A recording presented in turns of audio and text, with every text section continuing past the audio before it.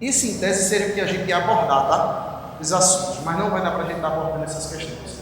O que é lei civil, cerimonial e moral? Havia lei antes da entrega dos 10 mandamentos? Como os dois grandes mandamentos, amor a Deus e ao próximo, são resumidos nos 10 mandamentos? Como a lei moral se aplica no seu uso pedagógico, civil e didático? Vamos lá, vamos entrar propriamente para o que a gente vai abordar hoje. É a lei de Deus como expressão do seu caráter. A lei de Deus, ela fala muita coisa sobre muitos aspectos. E um dos aspectos mais importantes que a lei de Deus trata é porque a lei de Deus revela quem Deus é. Por isso da imutabilidade da lei de Deus. Por isso que a lei de Deus é imutável. Não só por isso, mas também por isso. A lei de Deus é principalmente uma revelação de quem Ele é. Cada mandamento expressa alguma coisa de quem Deus é. O primeiro mandamento, quando diz não terás outros deuses diante de mim, está falando o que sobre Deus? Uma coisa. O quarto mandamento, quando diz lembra-te do dia de sábado para santificar, 6 dias trabalharás. O que é que fala sobre Deus? Fala alguma coisa sobre o caráter de Deus. Então, cada um desses 10 mandamentos fala algo a respeito de Deus. Tá bom? Então vamos ver o que é que esses 10 mandamentos falam sobre quem é o próprio Deus. O primeiro mandamento, não terás outros deuses diante de mim, anuncia a soberania exclusiva de Deus, que é o único que pode dizer, eu sou o Senhor e não há outro. Indica também sua onipresença, porque Ele nos diz para não termos outros deuses diante dEle, o que significa em sua presença. Dá para entender aqui? Então, o primeiro mandamento revela 2 aspectos a respeito de Deus. O primeiro deles é que Deus ele é soberano. Ele diz o que a gente deve fazer. Você não deve ter outros deuses. Ele é soberano. Mas não só isso. Ele é o Deus que é onipresente. Ele diz, não terás outros deuses aonde? Diante de mim. Se você pensasse como muitas vezes os povos do Antigo Oriente Próximo, aquele povo que rodeava o povo de Israel, as nações que rodeavam o povo de Israel, tinha uma concepção muitas vezes muito limitada de certos deuses. É o Deus que atua numa certa localidade, numa certa ação temporal, meteorológica. Então era o Deus do trovão, era o Deus da água. Mas quando Deus diz que não deve ter outro Deus diante dele, não é porque Israel poderia sair da nação de Israel e ir para o Egito e dizer, aqui eu posso ter outros deuses, porque Deus não está aqui. Claro que não. Israel não poderia ter Deus em lugar nenhum, porque Deus é onipresente. Então, para onde Israel fosse, Deus, eu estou aqui, viu? Você não pode ter aqui não. Então eu vou para lá, também estou aqui.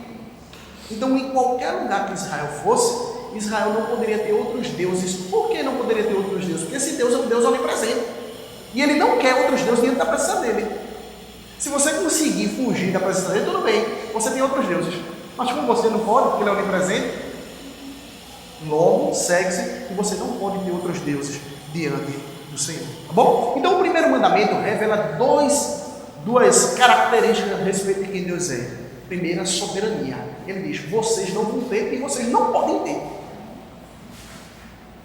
Segundo lugar, a sua onipresença. Você não tem como escapar disso. É diante dele. Como ele está em todos os lugares, então em nenhum lugar você pode adorar outros deuses.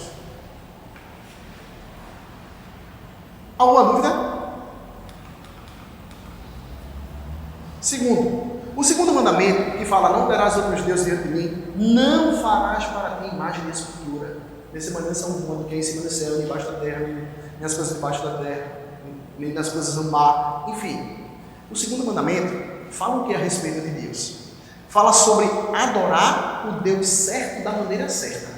Enquanto o primeiro mandamento lida com a exclusividade de Deus, esse Deus é o único que deve ser adorado. Por que ele deve ser o único que deve ser adorado? Primeiro, porque ele é soberano. E segundo, esse Deus tem que ser adorado diante da presença dele. Você não pode fazer nenhum outro Deus, porque ele é onipresente. O segundo mandamento fala da maneira certa que você deve prestar adoração a Deus. Enquanto no primeiro mandamento ele diz, me adore só a mim. No segundo ele vai dizer, me adore da maneira correta. Não é do jeito que você quer. É do jeito que eu ordeno. Por isso que você não pode fazer imagem nem semelhança do que há em cima dos céus, nem embaixo na terra, nem nas águas. Enfim. O autor ainda continua. Deus se recusa a ser adorado por meio de imagens. Isso mostra que ele é espírito, que não tem forma física. A menção dos céus e da terra mostra que ele é criador. O mandamento também fala sobre a misericórdia e a justiça de Deus.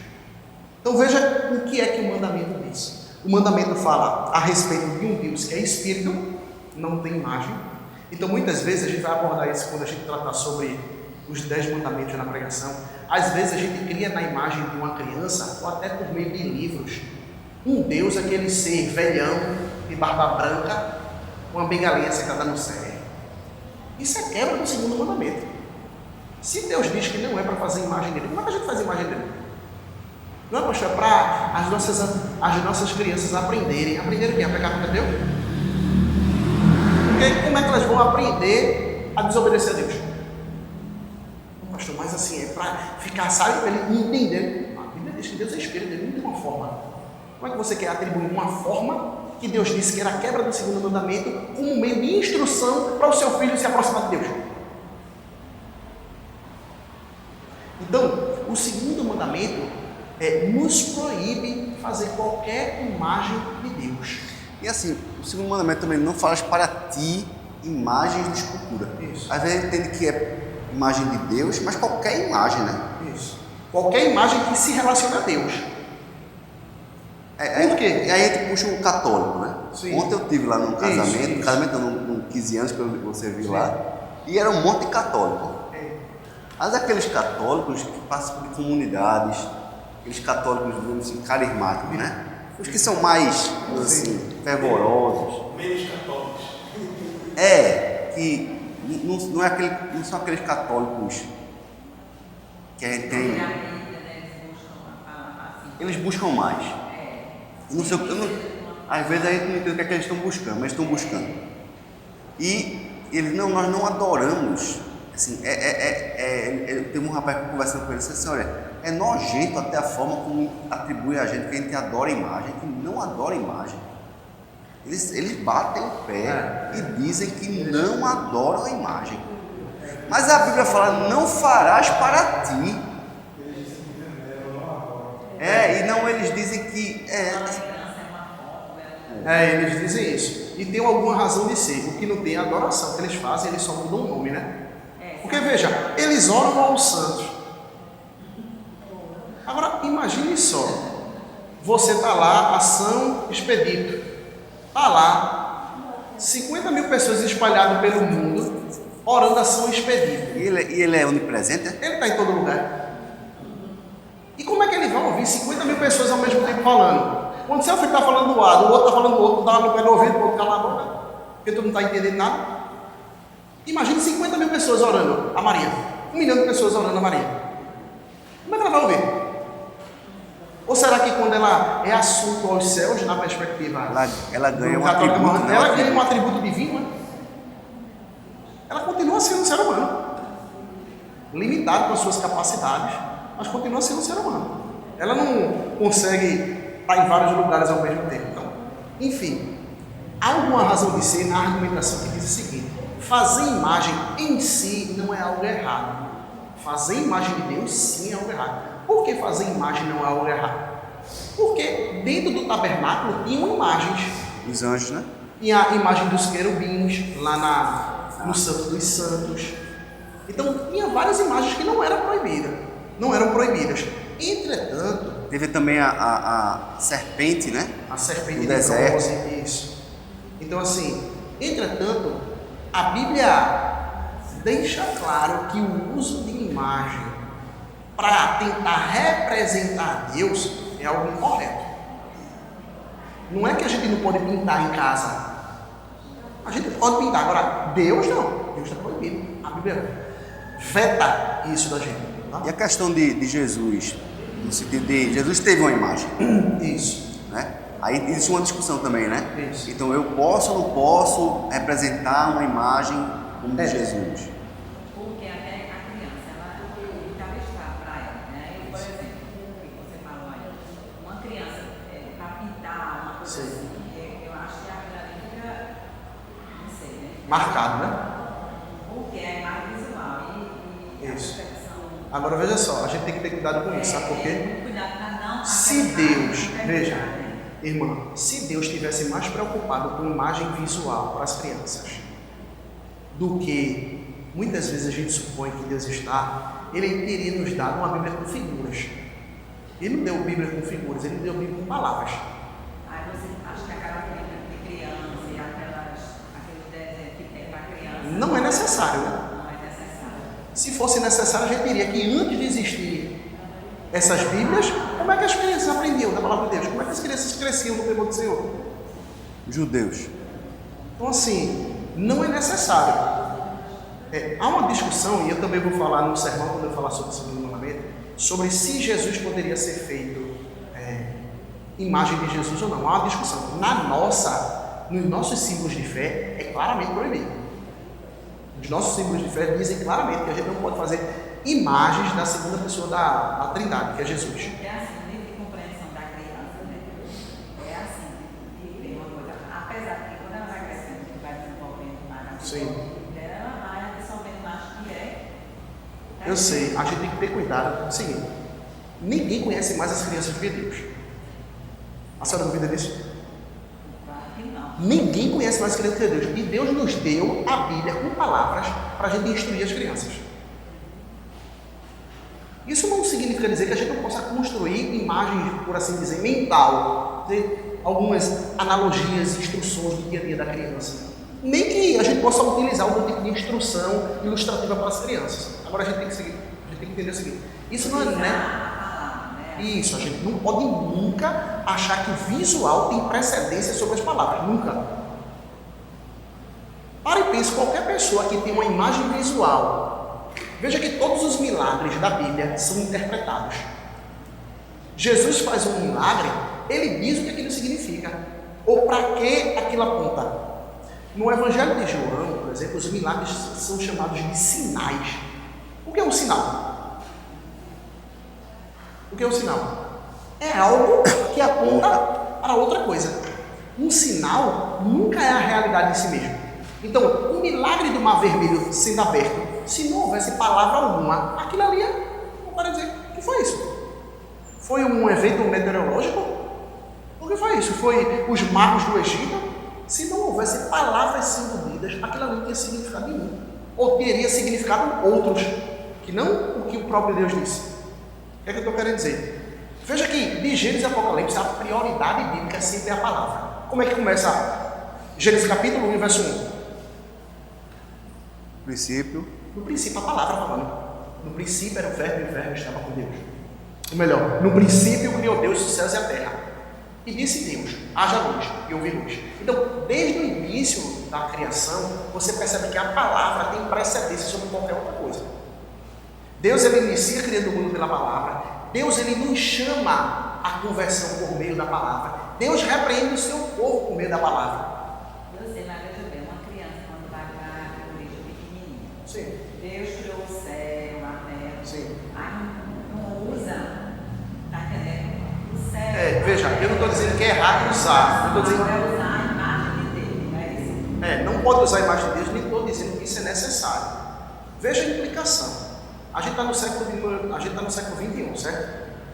Sendo que a gente tem aí, no mínimo, 19 séculos de história do cristianismo, fora a história do povo hebreu.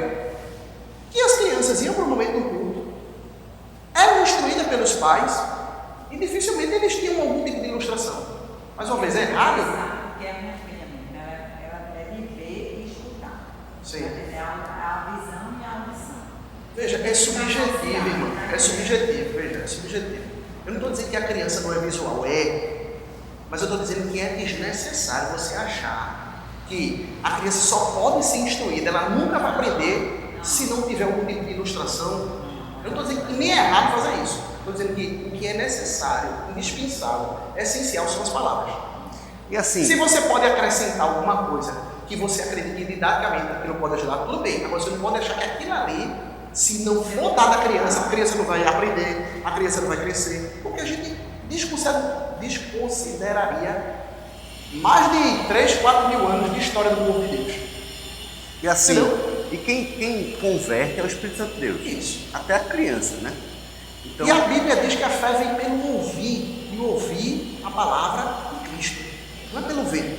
e as imagens são formadas na mente, né? Como você Isso. falou. Existe muita, é interessante, porque Rafael, né, ela leu o Salmo 101, aí eu leio o Salmo 101 para ela antes de dormir. Aí ela repete o que é mesmo nesse 101. Aí um dia desse eu comecei a ler e ela completa. Tá entendendo? Ela Sim, completa, sim. decorado, né? Isso. Não é compreendido. É decorado. Vai ficando, né? A palavra vai ficando. Mas não é compreendido, é decorado. Eu não sei, sinceramente, porque a gente acha que é simples. Mas como é que a gente vai entender a cabeça de uma criança? Ela está entendendo. Você se lembra do quê quando você tem um ano de idade? O que eu sei é que a Bíblia diz, olha, ensina a criança no caminho que deve andar. Ele pode ter um ano de idade. Eu sei lá se ele está aprendendo, eu vou ensinar. Não é isso que a gente faz? E todo mundo, só um momento, e todo mundo faz o seguinte com as crianças. Não é isso? Veja se a gente não faz isso. A gente não espera a criança completar 10 anos de idade, 8 anos de idade, ser alfabetizada, para elas comerem com a gente na mesa.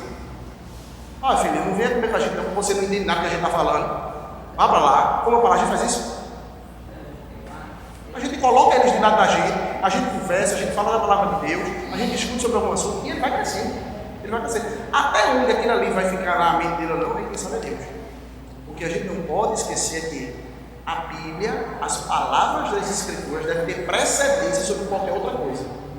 Se vai ser usado elementos ilustrativos ou não, só não entenda que aquilo ali é tão indispensável como a palavra de Deus. Que aquilo ali é uma melhor forma das crianças aprenderem do que as próprias palavras de Deus. Se fosse uma melhor forma, por que Deus não conservou gravuras na Bíblia? E mandou Moisés desenhar, né? Poxa, botou uma letra e faz um desenho, filho. Mas não foi desenho, foram palavras. Mas para que eu não fique mal compreendido, isso não significa dizer que a gente não possa usar ilustrações. A gente só não pode equiparar essas ilustrações, esse momento lúdico com a própria palavra de Deus.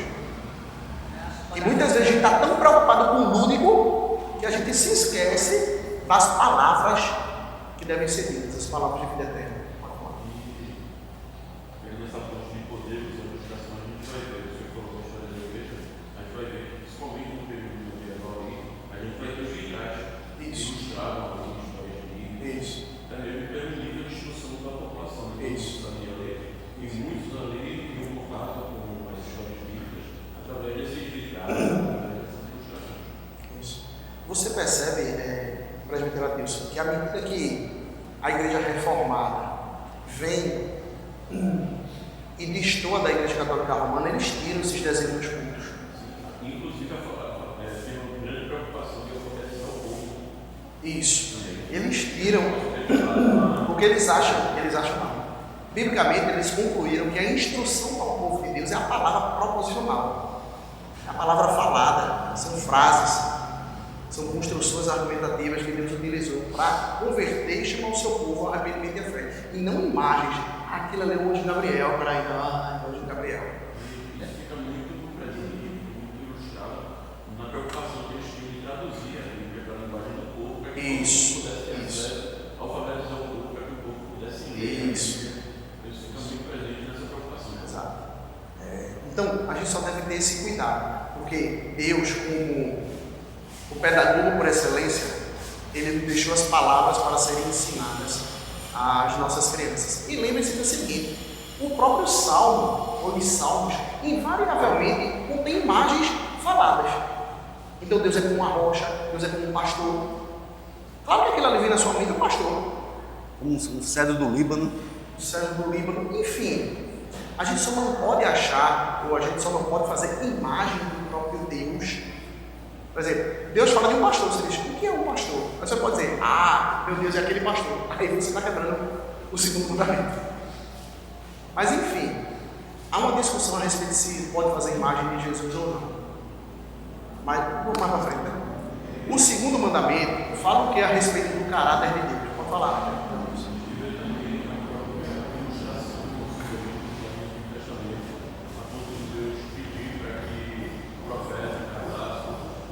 Isso. E presbítero desse. E assim, há um certo tipo de sabedoria, talvez, na questão de você tentar ilustrar para as crianças. Se você pegar um exemplo do Antigo Testamento, você vai perceber que o Antigo Testamento era muito visual. Mas quando chega Jesus Cristo, a maturidade, a plenitude dos tempos, qual o culto do Novo Testamento que você vê com candelabro, com querubins, arca da aliança? Não tem mais nada disso. É simplesmente a pessoa de Jesus que deve ser adorada, que nem está lá fisicamente no momento do culto. Fisicamente, tá? Na hora que o Espírito Santo está presente. Por exemplo, Jesus, o milagre dos pães. Sim. Por exemplo, o milagre. Então, aquela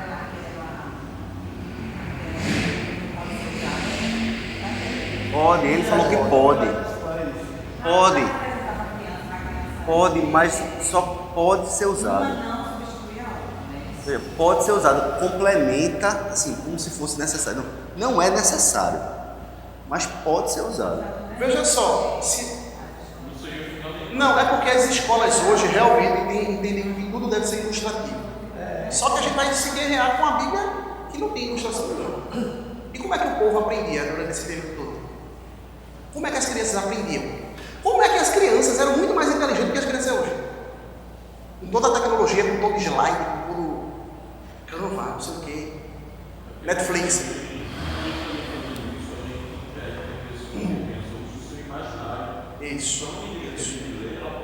Isso também. Mas mais uma vez, deixa eu só enfatizar isso. Não é errado ter ilustrações para as crianças. O errado é você achar que isso é necessário.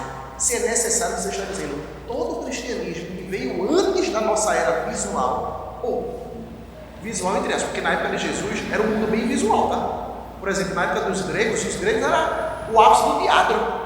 E você não vê Pedro, Tiago e João fazendo teatro para ilustrar o conteúdo da palavra de Deus. Pedro, chega aqui, Tomé, vamos fazer aqui a morte de Jesus. Vai, entrou, aí Pedro vai lá, Jesus, cai, não tem. E aquilo ali era o auge, veja, aquilo ali era o auge do período do teatro grego. Então Paulo teve contato com isso, mas sempre as palavras proposicionais foram o meio de trazer ao povo a mensagem da palavra de Deus. E lembre-se, quanto mais maduro você é, menos requer ilustração. Quando alguém fala um carro para você, você não precisa ficar punindo o carro. Você sabe o que é um carro. Então no Novo Testamento, quando houve essa... Eu entendo, agora eu acho que a criança passa por uma casa, não é a nominal, entendeu? Que ela associa muito a figura. Não, mas não tem como você falar uma palavra e não associar alguma figura. Fala o pão. Pão, o cara vai ficar assim, pão. Você tem que dizer, olha filho, isso aqui é um pão. Não é errado não, irmão. Entendeu? Então você não pode achar que imagens ilustrativas, desenhos, essas coisas são essenciais para a compreensão. São importantes. Pronto, ajuda. Pronto. Não há nada de errado nisso, tá? Você pode utilizar a criação de Deus para ilustrar as verdades. Vamos lá. Deu para entender aqui meu ponto? Então vamos passar. Veja que isso não é nenhum ponto importante que eu queria abordar, tá? Mas a gente passou um tempo aqui. Vamos lá. Então, todos os mandamentos revelam alguma coisa a respeito de quem Deus é, certo? Eita, o irmão queria falar alguma coisa? É não? Desistiu, bem? Se quiser falar alguma coisa, você mostrou uma imagenzinha aí, ó. Levanta a plaquinha. Levanta a plaquinha, bota no celular a imagem que você quer falar. Vamos lá. Então, o segundo mandamento fala sobre Deus como Criador. Ele diz: você não pode fazer imagem nem do que é em cima do céu, nem embaixo da terra, nem no mar, nem em canto nenhum, porque Deus é Criador. Ele diz como ele deve ser adorado. Você não pode pegar elementos da criação dele e fazer dessa criação que é dele um meio de adorá-lo. Não pode, certo? Terceiro mandamento. O terceiro mandamento é não tomar o nome do Senhor teu Deus em vão. O que isso fala a respeito de quem é Deus? O terceiro mandamento em si mostra que Deus é honrado e que, portanto, merece ser tratado com respeito. Até o seu nome é santo. Você não pode tomar o nome de Deus em vão, porque esse Deus é um Deus que deve ser honrado. É um Deus que deve ser reconhecido como um Deus de honra. E um Deus que é santo. Talvez esse seja um dos mandamentos mais quebrados no meio do povo de Deus. Com brincadeiras que a gente faz, mas isso também é tema para um sermão posterior. Então, o terceiro mandamento fala sobre a santidade de Deus e fala sobre a honra de Deus. Deus deve ser honrado porque ele é um Deus digno de honra. Tá bom? Quarto mandamento. Esse mandamento mostra que Deus é soberano sobre todos os acontecimentos da vida diária. Ele é Senhor em todos os dias da semana. Muitas vezes a gente não percebe isso. Mas, quando Deus diz, 6 dias trabalharás, e no 7º você deve descansar, porque esse sábado é do Senhor teu Deus, é isso que ele diz? Não farás nenhum trabalho, nem tu, nem teu filho, nem tua filha, nem o teu servo, nem os forasteiros das tuas portas para dentro, enfim. Quando ele diz isso, a gente diz, está vendo? O 7º dia é o sábado do Senhor teu Deus, e os outros é de quem? E muitas vezes a gente não entende que os outros também são dias de Deus, mas de modo diferente. O 7º dia é o 7º dia do Senhor, de um modo diferente dos outros 6 dias. Os outros 6 dias são do Senhor, tanto é que ele diz o que você deve fazer. 6 dias você deve fazer o quê? Trabalhar. Mesmo se você passar no concurso, você trabalha 5 dias e deixa você 2. É uma quebra do mandamento. É uma quebra Institucionalizada. Você está trabalhando menos do que devia. Exato. O presbiterianismo vai fazer uma reivindicação ao governo do Estado para trabalhar 6 dias. Para poder obedecer a palavra de Deus. Mas, veja, esse quarto mandamento está falando que Deus é Senhor sobre todos os dias. Em 6 dias ele diz o que é que você tem que fazer, o que você tem que fazer. 6 dias você deve fazer isso aqui. Eu estou dizendo para vocês como vocês devem ver. E no 7º vocês devem fazer isso aqui. Então todos os dias pertencem ao Senhor. Ele é dono de absolutamente tudo. De modo que a gente não pode fazer da nossa vida o que a gente bem quiser. Ah não, eu faço a minha vida. Não existe isso. Só se você arrumar mais um dia da semana que deu um dedo desse sangue aí. Aí você pode fazer o que você quiser. Certo? Então, o que esse mandamento nos fala sobre Deus? Que Deus, ele é soberano sobre todos os acontecimentos.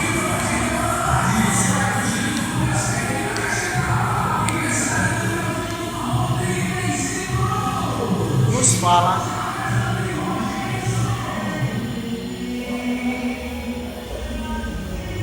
está aguardando o quarto mandamento. O quarto mandamento então nos fala sobre a soberania de Deus sobre todos os dias da nossa vida.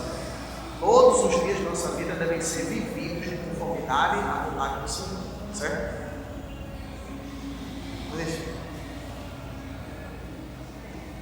Quinto mandamento: honra teu pai e tua mãe. O que está por trás desse mandamento é a própria autoridade de Deus como pai. Este mandamento é o primeiro mandamento com promessa, a promessa de longa vida em uma boa terra, o que mostra como Deus é generoso em cuidar do seu povo. Então esse mandamento fala pelo menos 2 coisas a respeito de Deus. Ele fala a respeito da autoridade de Deus. Você diz, mas como assim? A Bíblia está falando de honra teu pai e tua mãe, como é que isso fala que Deus é autoridade? Porque de onde vem a autoridade do pai e da mãe? Do pai e da mãe. De onde vem? De Deus. De Deus. E Deus é chamado de quem na Bíblia? De pai. Pai. Então, a autoridade de pai e mãe é derivada da autoridade do próprio Deus. Então, o quinto mandamento fala a respeito da autoridade de Deus. Deus, ele é a autoridade máxima do qual nós devemos nos submeter. E a gente vai ver mais na frente que o quinto mandamento não fala só sobre honrar pai e mãe, mas fala sobre todas as autoridades constituídas. Então, todas as estruturas de hierarquia que existem no mundo, que são legítimas, está debaixo desse quinto mandamento. E se submeter às autoridades constituídas. Bom, a gente vai ver isso. Mas não só isso fala sobre a autoridade de Deus, mas fala sobre a generosidade de Deus. Porque ele diz que se você obedece a esse mandamento, você vai ter uma longa vida na terra. O apóstolo Paulo vai repetir isso em Efésios capítulo 5. Abram aí, Efésios capítulo 5, onde ele vai falar sobre o 5º mandamento. Quem puder aí, por favor, encontrar, eu não sei exatamente o versículo, mas ele é dividido em várias partes. O dever do homem e da mulher no lar, dos servos, aí tem de pais e filhos. Aí vocês vejam aí, tem uma parte que ele fala, para a gente ver como o Novo Testamento interpreta o 5º mandamento. Vocês têm que ver, não sei exatamente o versículo não. É o capítulo 5, não, capítulo 6, verso 1, 6 e verso 1.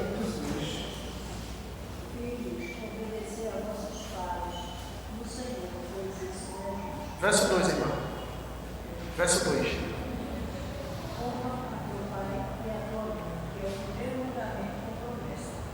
Acabou? Para que te vá bem e sejas de longa vida sobre a terra.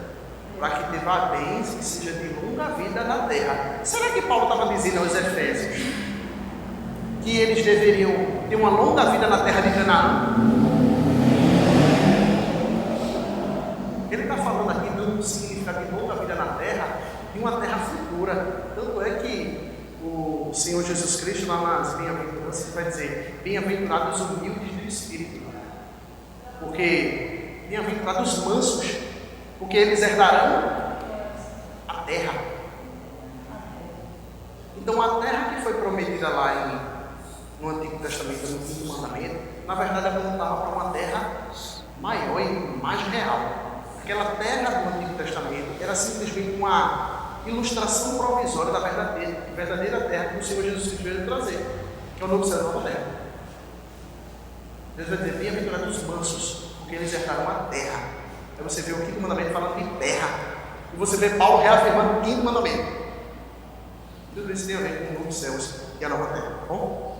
Então, Deus é generoso, porque no 5º mandamento Ele nos promete o novo céu e a nova terra. 6º mandamento. Este mandamento nos lembra, o 6º mandamento é qual? Não matarás. Este mandamento nos lembra que Deus é o Senhor e doador da vida. Ele proíbe matar a vida inocente, porque Ele é um Deus que dá a vida.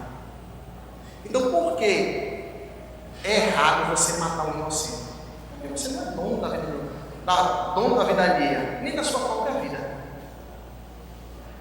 Vocês lembram que o próprio Jonas, ele parece ter uma ideia tão forte de que tirar a própria vida é algo errado, que em 3 momentos no livro de Jonas, ele pede que outras pessoas tirem a vida dele, e não ele mesmo.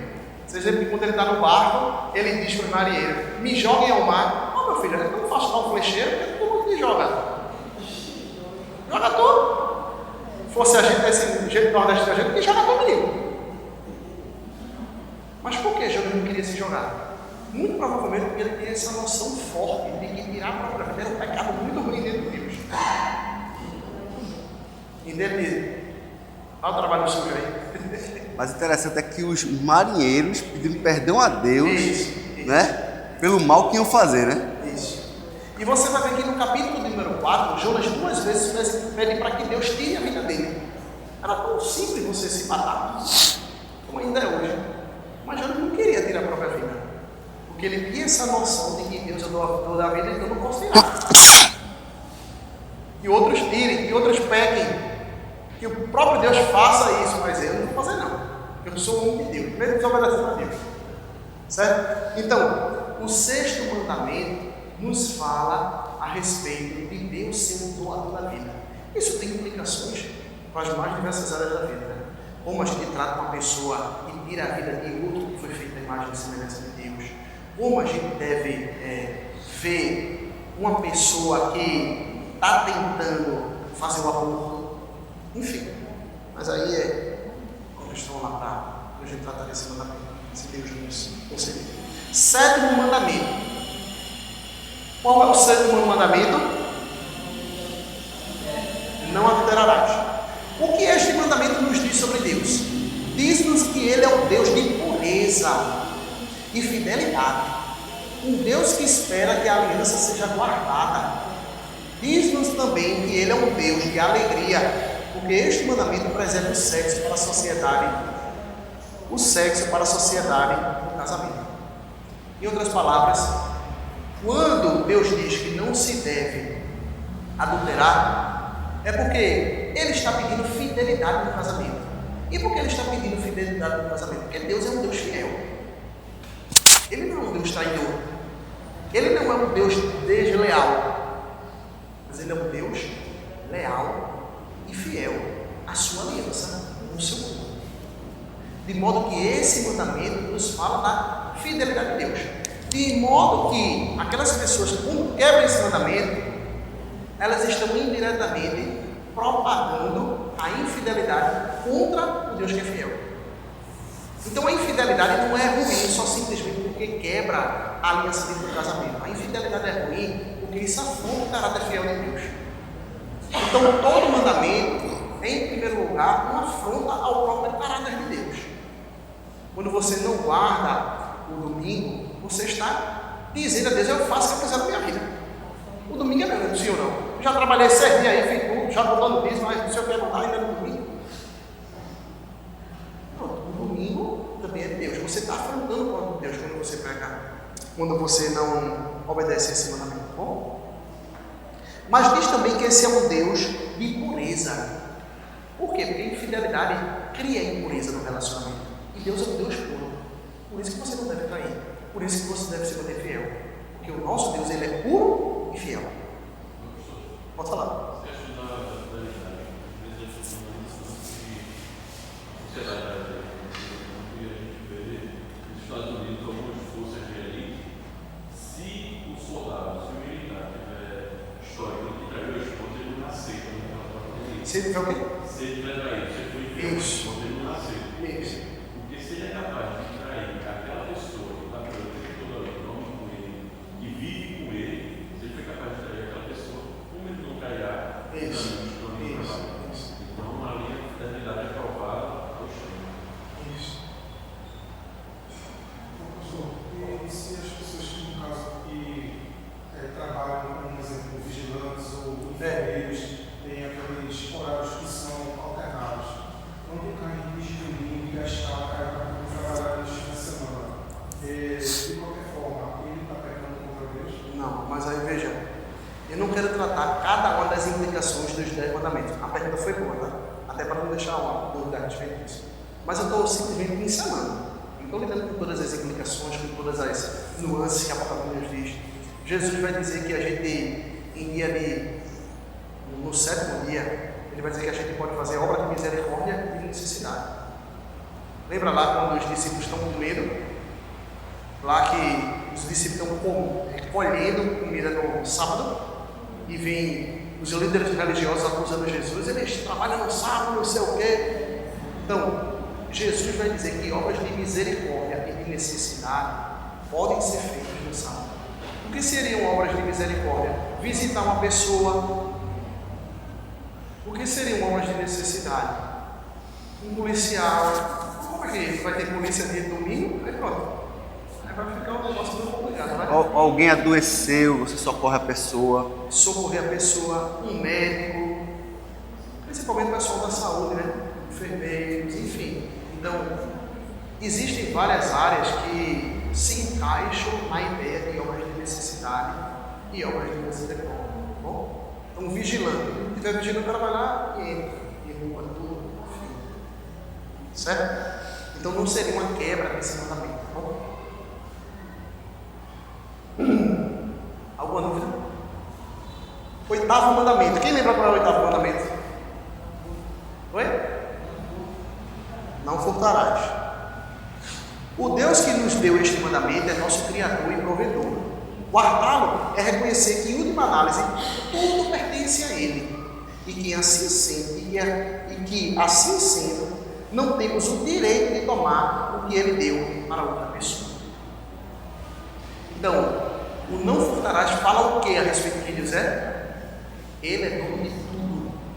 Mas Ele não só é dono de tudo. Você pode confiar que Ele vai prover para a sua vida. Uma pessoa que rouba é porque não confia que Deus vai prover para a sua vida. Ou vê Deus uma pessoa que não dá aquilo que realmente ele necessita. Ele não está me dando o que eu quero, então eu vou lá e Deus disse, e toma. Então, o oitavo mandamento nos fala a respeito desse Deus, que Ele é o Criador e provedor do seu próprio povo. Bom, tem algumas implicações sobre esse oitavo mandamento. Eu não ia entrar porque gera algumas perguntas que acabam destoando da nossa situação. Mas, por exemplo, a gente vai ver uma regra mais na frente de como interpretar, eu acho que não vai dar tempo. Mas como interpretar os 10 mandamentos, uma das regras é a gente entender que há uma categoria de pecados sendo estabelecida que fala de pecados que não são mencionados. Por exemplo, aqui está falando de não roubar. Você vai tomar o relógio de uma pessoa. Mas fala também de outros tipos de roubo. Por exemplo, uma mulher que se nega a ter sexo com o marido, ela está fazendo o quê? Quebrando o oitavo mandamento. Está roubando. As irmãs estão roubando quem? Se é direito dele, né? O próprio né? apóstolo Paulo diz isso. O teu corpo não é teu, é de quem? Do marido. Do teu marido. E o corpo do teu marido é da mulher. Quando ele vai estabelecer lá que você pode passar um período de abstinência sexual, ele vai dar as condições. Se for para a oração, com consentimento mútuo e por breve tempo. 3 coisas. Você quer não ter sexo? Problema, você faça isso. Para orar, seja consentimento mútuo. Aí eu queria tanto, meu marido disse, não, meu marido me parou. Eu queria tanto, a irmã ia orar, né? Ô, João, eu sou de oração. O período de oração de uns 3 meses. Aí o marido negativo. A irmã fica brava. Não vai ficar brava não, por quê? Porque o corpo da mulher é do homem, o corpo do homem é do marido. É isso que o apóstolo Paulo diz.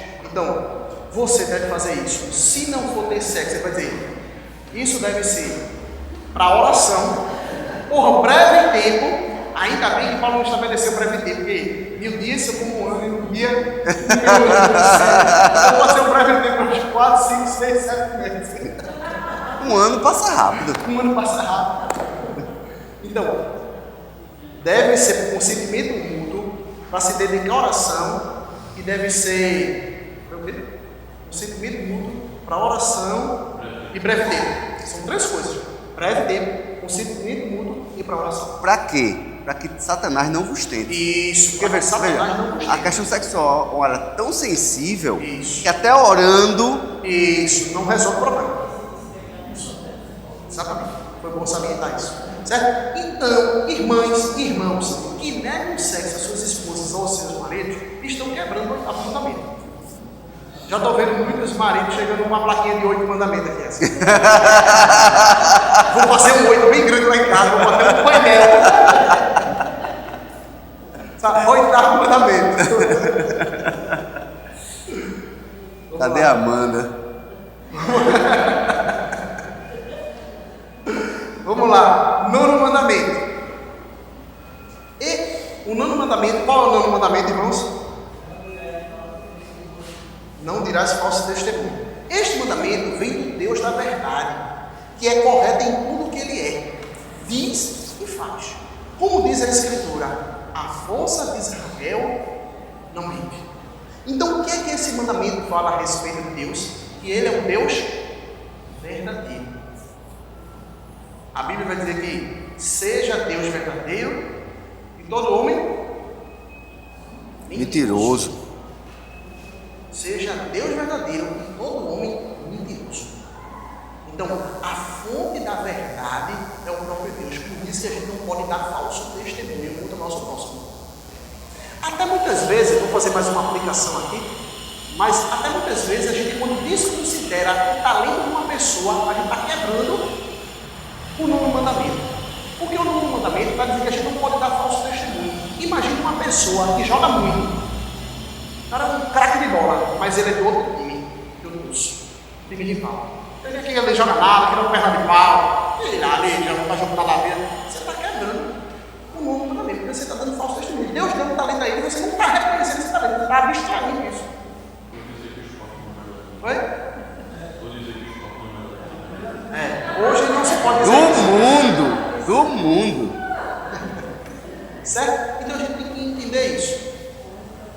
o 9º mandamento nos fala a respeito de um Deus que é verdadeiro. Por consequência, se nós somos os seus servos, e nós o somos, e se nós somos as suas criaturas, e aí, independentemente de ser crente ou não, todos são suas criaturas, todo ser humano, todos devem obedecer a esse Deus, falando a verdade a respeito dos outros e de... Bom? 10º mandamento, para encerrarmos. Eu achei que a gente ia passar por um bocado de assunto. Mas vamos lá. 10º mandamento, que fala sobre não cobiçar. Tá? A cobiça é o desejo de possuir o que Deus não nos deu. Como o 8º mandamento, guardar este mandamento exige fé na providência de Deus. Ele nos ordena a não cobiçar, porque podemos confiar que Ele nos dará tudo do que realmente precisamos. Ele é nosso provedor. Então, o não cobiçar, mais uma vez, nos fala a respeito da nossa dependência que nós devemos ter no nosso próprio Deus. Então, muitas vezes a irmã ou o irmão passa o dia todinho lá na Amazon, vendo as coisas que queria comprar. Eu queria, massa. Aí agora eu vou para o LX. Passo o dia todinho lá. Agora eu vou para o Mercado Livre. Agora eu vou para a Shein ver roupa. Eu vou botar no carrinho, porque o dia que o Senhor prover, eu já estou dizendo assim, já botei no carrinho, Senhor. É aqui. Está profetizando. Senhor, já botei no carrinho, tu sabes. Aí Deus já sabe, já apresenta o carrinho da Shein, para Deus prover. A gente tem que ter cuidado para que a gente não torne a nossa vida uma vida de insatisfação e cobiça desenfreada. Um desejo sempre por querer mais e nunca estar satisfeito com aquilo que Deus nos deu. Quando a gente quebra esse mandamento, cobiçando, nós estamos dizendo a Deus: eu merecia ter aquilo, e o Senhor não me deu. Tem um canto que a gente cantava muito lá na igreja em Surubim, se não me engano é do Projeto Sola, que fala do Salmo 23. Diz: tudo que eu tenho, eu não lembro como é exatamente, se alguém puder me lembrar. Se eu não tenho, é porque eu não preciso. Ele diz mais ou menos assim, música: aquilo que eu não tenho, eu não preciso. Então veja que é profunda uma frase baseada lá no Salmo 23, né? O Senhor é nosso pastor e nada nos faltará. Então, essas verdades devem estar entranhadas no nosso coração, primeiramente por causa de quem Deus é. Então, essas são apenas algumas formas de nós vermos o porquê os 10 mandamentos é algo perpétuo, porque esses mandamentos são expressões de quem o próprio Deus é. Não são simplesmente mandamentos arbitrários, são mandamentos que emanam da natureza do próprio Deus. Tá bom? Alguma dúvida? Então, os homens, por favor, ao encerrar, venham pegar a sua plaquinha de 8º mandamento para levar para cá. Está pronta, meu irmão? Pastor Diogo. Amém. Vamos ficar de pé, irmãos.